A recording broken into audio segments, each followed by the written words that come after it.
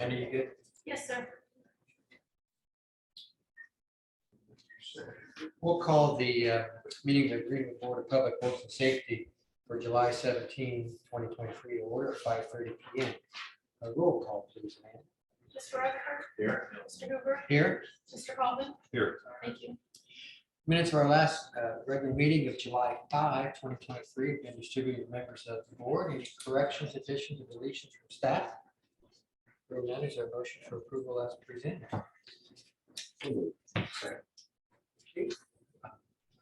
Further discussion? All in favor, say aye. Motion passes. Next on our agenda is Larry LaFoe, homeowner. Mr. LaFoe, if you want to step up here. This is an appeal of a code enforcement notice of correction. Mr. Lau is here as well. Mr. LaFoe, tell us what's going on. Good evening, members of the board, ladies and gentlemen. Thank you for the opportunity. I just came to get some clarification. I moved into the property in 2013. I apologize, I've had 15 concussions, TBIs. My voice goes, my memory goes. Sometimes I get words mixed up, so if I sound stupid. My voice is okay, but I have the other conditions as well. So. But so it just happened by accident. There were 4 areas on my property that, as I was doing yard work, I noticed that animals were nesting. I have an area that has a duck that lays her eggs there annually. Area where fox snakes have taken a home. Chipmunks, squirrels, rabbits, 2 areas for rabbits. And it's been like that for 10 years. And I was just kind of concerned with the ambiguity of the notice of correction order. So in theory, I've been not in compliance for 4,000 days. And just out of, I can guarantee the code enforcement personnel have gone by there hundreds of times. And I haven't got any complaints in regards to that. And the ambiguity of the 6-27A vegetation, which has attained a height of 8 inches or more, and vegetation being any plant life, trees and bushes included, that has not been cut, mown, or otherwise removed from private property. Vegetation planted for some useful or ornamental purpose is accepted from this definition. So the ambiguity obviously is subjective. Who makes the determination if it's useful or not? I retired after 30 years at the ABCIA and NSA. When we wrote the documents, we made it very ambiguous to us, so we would get prosecuted. When DOJ wrote it, they made it very ambiguous to them, so we could be easily prosecuted. So it would be nice if there was clarification, because it's a really broad stroke, 8 inches of vegetation. It's anything. Did you say it was a question about when it was planted? Well, the 2 questions is why, if it was such a, if they put it in here a nuisance, or a nuisance, why was it allowed to be a nuisance for 10 years? And then just suddenly it became a nuisance. And what's the ambiguity of the 8 inches or more? Well, why I don't know that it was. I'm not sure if Mr. Loud knows, or whether or not that was ever. Zimmer's the one that gave me. Right, but Mr. Loud is the supervisor of that area. And wanted to kind of follow up on that. So I don't know why for 10 years, I don't know if that's accurate or not, but you said that code enforcement people have by there hundreds of times. That may or may not be true. But Mr. Lau, can you enlighten us on So John, I just took over code enforcement. So I'll be happy. I think your risk has been mitigated at this point. I have removed the homes of meat animals based on my order. Over 30 years, I can go seriously. Okay. Well, why don't we do this? Why don't you come with me and we'll talk about this. I'd like to have it on public record, though, actually, what why is ambiguous. Well, I discussed this with Ball State University professors, INTS, and some others, and they wanted to use me as a mechanism to get wildflower vegetation. And I'm moving to Maine, so I really don't want to be used for that purpose. Okay, well, We got a complaint was, and it was mitigated, so there's nothing before this board. I think what Mr. LaFoe is talking about is that he has some Let concerns. me correct myself. It has not been completely mitigated. 3 of the 4 areas have been mitigated. The area where the duck lays her eggs has not been mitigated. I received an email from Ms. Hammer begging me not to come tonight, saying that it was been mitigated, that she would be more than happy to relieve me of my debt to Greenwood. And I said, I'd like to come here and find out what to clarify. You have not I have not been fined, but you've not been fined. I have Paid not a been fine. fined. Okay. And I think the way that your office, John, has closed that file, is that correct? that is correct. And I drove by the property tonight before the meeting, and there are decorative flowers, but there's weeds in them too. So then there's weeds up against the house too, but Officer Emmer closed that case out, so we'll let that go. This was working on it at this point. And as for why and when we ended up here now, I can't answer that. Okay, I've driven by that place before before I retired. But all it takes is one person to come in and see it, call and complain, and that activates us. So I don't know who or how started this one.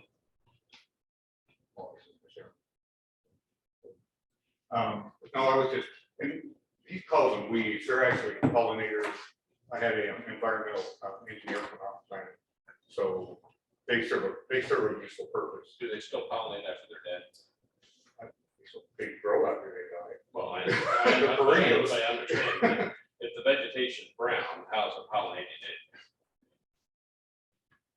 Well, it grows again, I mean, Yeah. every perennial dies and turns brown, and comes green again in the spring, or several times during the year, depends on the perennial works. Okay.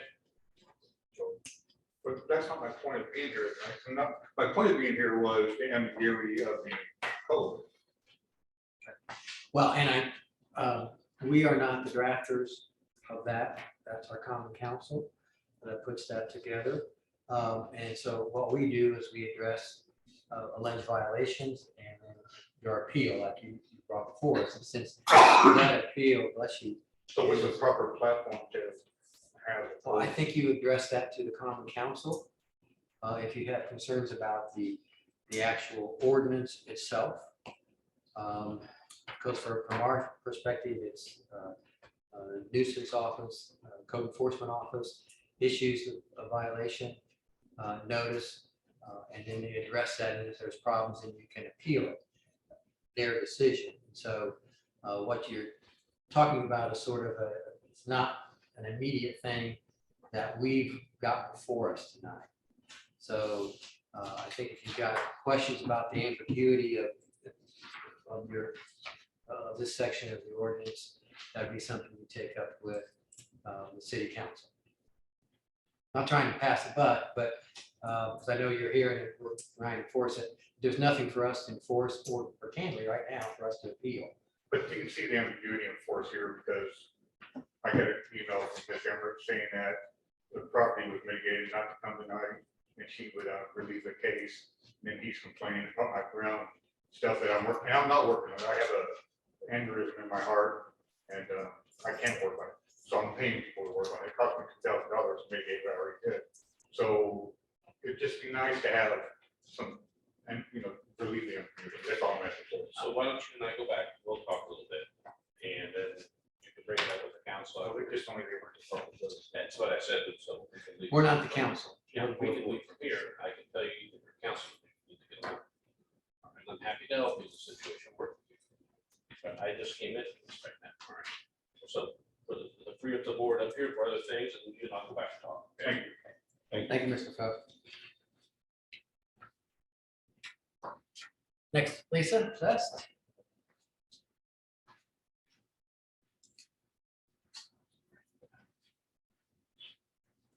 Evening, gentlemen. Evening. I bring in front of you this evening the indemnification hold harmless agreement with GIS providers. They actually manage our benefits connect system that we use for open enrollment. And we use the ACA manager for affordable care act reporting, 1095s and such for our annual reporting to the IRS, as well as the ability to print out the documents of the 1095 forms and distribute those to our employees and former employees that were on our insurance within a year. This has been a huge help to me because everything was little hash marks and paper and pen. So since we have this Benefits Connect system over the past 4 years, it has been great for enrollment, but it is also great for the reporting factor as well for this particular part of our insurance. Questions from Ms. Best? Lisa, has anybody in legal review this? Yes, this is going to Sean. And if we approving this, it's set up for the deputy mayor's signature. That is correct. Well, I'll move for approval of this and authorize the deputy mayor to sign. I'll second that. Further discussion? Hearing none, all in favor, say aye. Aye. Motion passes. Thank you, John. Thank you. Next, we're going to talk to Greg Minter in our homes, Elmwood Estates, Section 3. Hello, how's everybody doing? Greg, is that you? Yes, can you hear me? Yeah. Yes. Good, Barry. Hi, how's it? How you guys doing? Good. What are we doing tonight? Acceptance of developer agreements and inspection fees for Elmwood Estates Section 3. We've got Paul Peoni's July 17 memo in front of us. Mark, is there anything out of the ordinary? No, in addition to the inspection and testing agreements, you're also accepting the performance guarantee. The 50% upfront feedback. Okay. Yes, sir. Questions for Greg? Questions for Mark? Not? Is there a motion to approve? I will move that we approve the request. Second. Further discussion? Hearing none, all in favor, say aye. Aye. Motion passes. Thanks, Thanks, Greg. everybody. Have a good night. You too. Is there anyone from the audience that wishes to address us? Seeing none, we'll move on to the IDM compliance plan status update.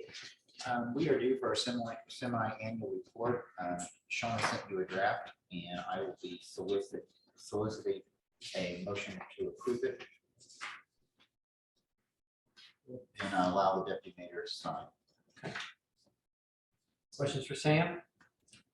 This is getting to be one of our last times we can do this. It may be our last time. The 10 years runs in August, and we'll be moving. We've hired HWC to help us terminate the order. Well, I'll move for approval and authorize the deputy mayor to sign on the board's behalf. Second. Discussion? Hearing none, all in favor, say aye. Aye. Motion passes. What else you got? Sam? First up is a request for a service agreement with Evans Time Inc., and this is for management of the parking garage. There were two bids, one from Evans and one from Dennison, and the Dennison proposal was a little over $15,000 more than the Evans Time proposal. Yeah, I'm confused, Sam. At this time, we have, well, there, they have a letter there, but the company said Dennison. Oh, there's two. There's two. They provided this to you just to show you that Dennison was higher. Evans Time is the quote.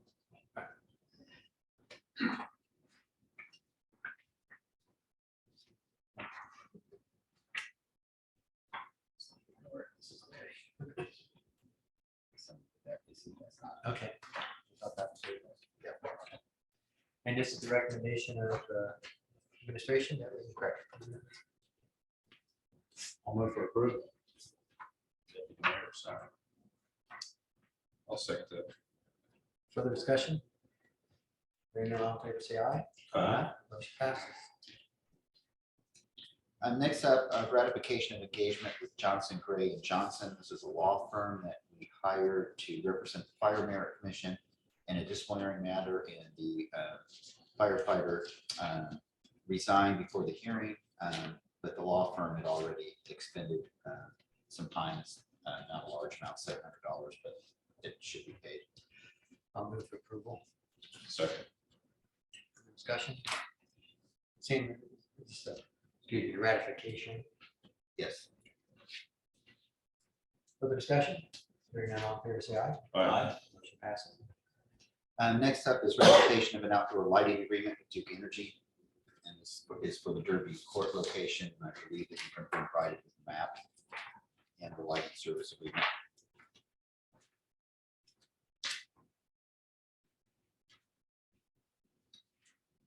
Questions for Sam? For approval. Further discussion? Hearing none, all in favor, say aye. Aye. And my final offer, not my final item. We're is a- negotiating. Yeah. This is a contract with K&K Fence. This is to build a fence around the new generator that is just south of the building.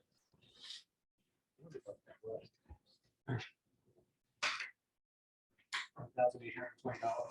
Yes. Any other questions for Sam? I'll move for approval and authorize the next member to sign on the board. I'll second. That's all I have. Thank you. Further discussion? Oh, sorry. All in favor, say aye. Aye. Motion passes. That's all I have. Thank you. Okay, thank you. Mark? Yes, the first item I have for you tonight is Smith Valley Road, Hayward Road roundabout. You know, we're under design. This roundabout, we're currently working to acquire right away. We secured right away for parcel 5, which is owned by the Shoemakers. It's highlighted in yellow on the screen. We're asking that you, last Tuesday, the RDC approved payment on that. And we're asking that you accept that permit right away once payment is received by the homeowner. Questions for Mark? Move for approval. I'll second. Further discussion? All in favor, say aye. Aye. Motion passes. The second item is similar. It's at Woodman Boulevard, which is just east of Abrick.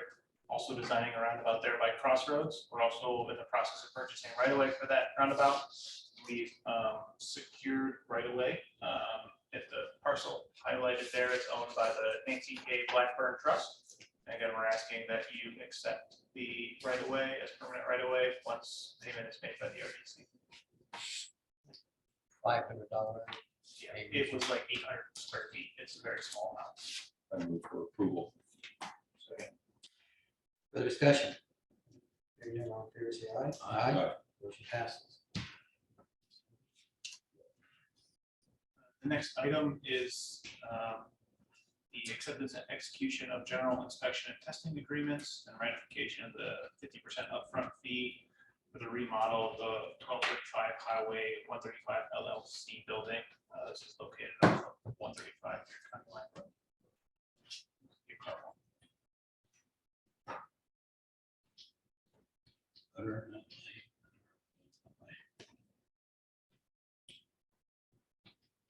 Nope, this is 1235 Highway 135 LLC.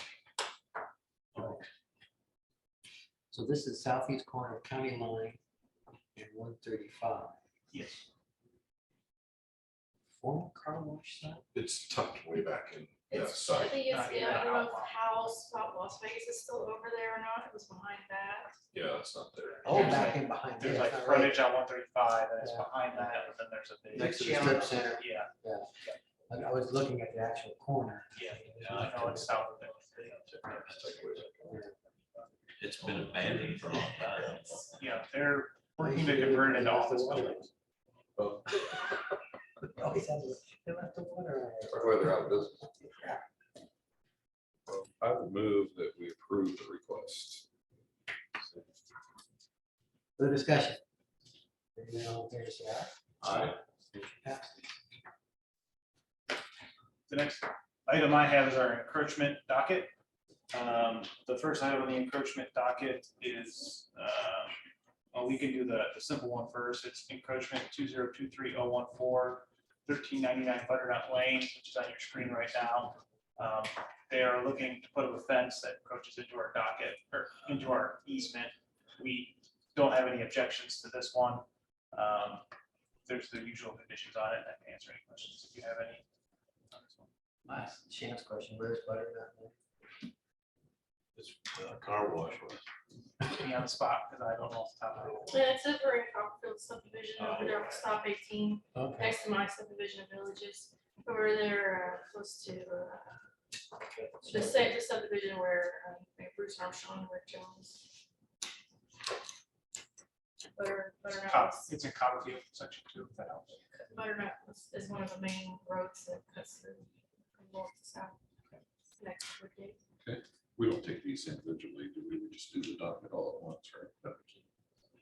I can present that other one on the document. if you Yeah, like. why don't you? This one's a little more complicated, which is why I presented the docket a little bit more. It's 749 Disciples Way, located in Shepherd's Grove, which is off of Smith Valley Road, west of 135, behind the Home Depot.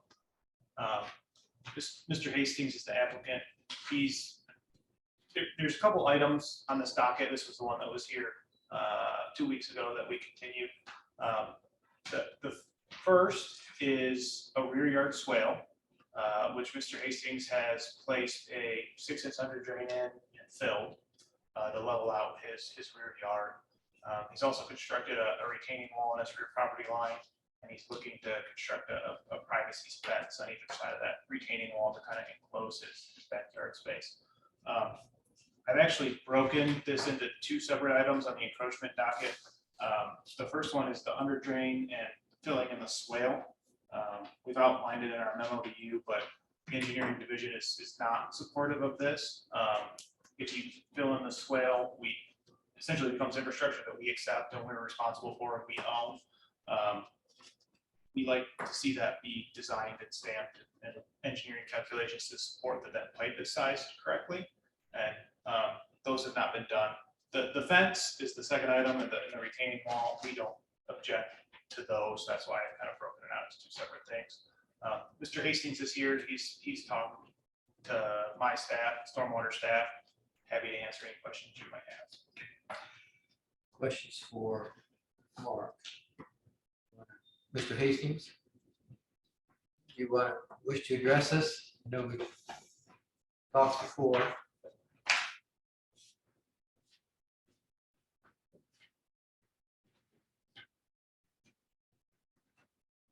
First of all, I'd like to say thank you for letting me come and state my case. This is kind of like a story where you get the cart in front of the horse. I didn't have any idea that I needed to have a permit to put a pipe in my backyard. But what it with, and the gentleman's been out there at the house, he took pictures. He could see what all took place. And all I did was really improve the flow of water, storm water. 80 foot to where there's a beehive drain that it goes into, and then that eventually drains into the pond, the HOA pond. And they've been having a lot of issues with dirt going in there, filling up the pond, get shallower. So with the pipe, I think I, increase the chances of keeping it clean, so to speak. So I don't know, I guess I'm just asking for forgiveness or for my ignorance or what I need to do. But we appreciate you asking first. Yeah, that's nice. A lot of times people don't. Mark, what is, sort of the bottom line, what is your recommendation? What? Our The fence is okay, there's no problem with that, Correct. but you have. The some- wall is really out of where the swale would be, so I don't have any concerns with that. My concerns are the size of the pipe and the material of the pipe. It's a plastic pipe, which is not something we typically put in our infrastructure. The other concern is the 6-inch pipe, which is a small pipe. It might be okay to convey storm conditions. It might even be okay to convey large storm conditions. I don't know that without seeing the drainage calculations, but a 6-inch pipe, as Mr. Jones can testify, is hard to clean. It's hard to maintain. It may flow well now, but come the fall or next spring, if it backfills with leaves or sticks or dirt, it could be very hard to maintain. It could cause pounding on his neighbor's property, and the city's going to be the one that takes the It's in our calls on soil, it's our problem. So what is the recommended resolution? to have that I- pipe removed? To either have the pipe removed and the swale restored, or to have calculations provided by a licensed engineer that shows the pipe is size. Sufficient. Did you understand that? No, I couldn't hear it really. Mark, can you try to? Yeah, I'm sorry, I was facing away from the microphone. The concern is really the size of the pipe, the 6-inch pipe. I'm not sure that's big enough. It is smaller than what we would typically allow. We usually have a 12-inch minimum. To keep it in place, my recommendation to the board would be to have you provide calculations from a licensed engineer showing that it can convey the stormwater sufficiently. Otherwise, my recommendation would be to have the pipe removed and the swale restored. Okay, well, I can tell you that the rain we had last week, it never backed up or anything there. It flowed right on through. I know they're concerned about the size of the pipe. Had I guess had I known I needed to get permit to have put it in, somebody would told me it needed to be bigger than what it is. It's 8-inch. I don't know what normally you guys recommend, but 12 inches are minimum pipe size. Why don't we do this? Why don't the pacings that you get with Mark and kind of, I hope you understand, we're gonna follow our engineering department's recommendations. And so we're gonna address how that is fixed, whether you have get some engineers involved who say that what you've got is okay, or if there's another way to get it resolved. So if you would get with Mr. St. John and resolve that, we're gonna, I think, table at least that aspect of it until Mark can come back to have an opportunity to talk with you. Let you make some decisions because you've got some options as to how to fix the situation so it's okay with the city. okay. Okay. And we would approve the fence issue. Which has not been constructed yet, and you might want to hold off until we determine. Yeah, best way to if the fix swale the is swale. there or not. Okay. Can I have a motion to table this? So moved. Second. Further discussion? Yeah, say aye. Aye. Motion passed. Thank you. Thank you. We need to make a motion to approve the fence for both the other case and this case. The docket general. Yeah. Is there a motion to do that? So, Second. Further discussion? Hearing none, all in favor, say aye. Aye. Aye. Motion passed. At this time, ladies and gentlemen, we're going to ask for a moment of silence. We will stand. This is the 1-year anniversary of the shooting at Greenwood Park Mall in memory of the victims of that. We wanted to at least have a moment of silence.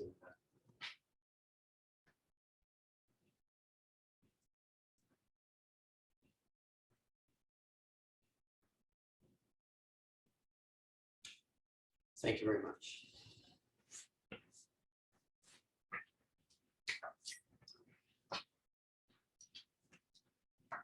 Thank you for indulging us in that. Next on the agenda is Twin Peaks Restaurant. Yes, this is the last item I have.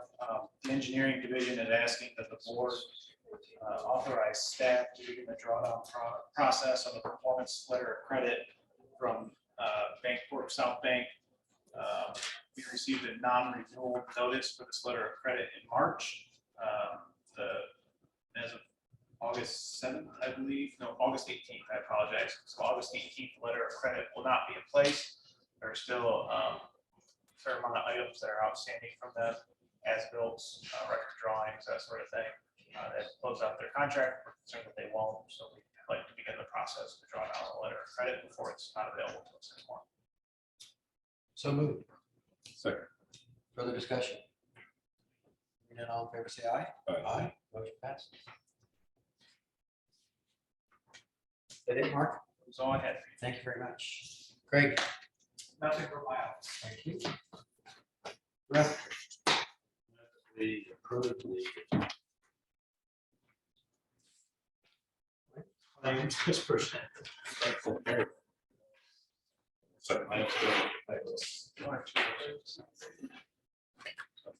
Second, further discussion? All in favor, say aye. Aye. Motion passed. During the 6 o'clock, and I just want to make clear that 5:57 when we did moment of silence was the actual time that the tragedy occurred.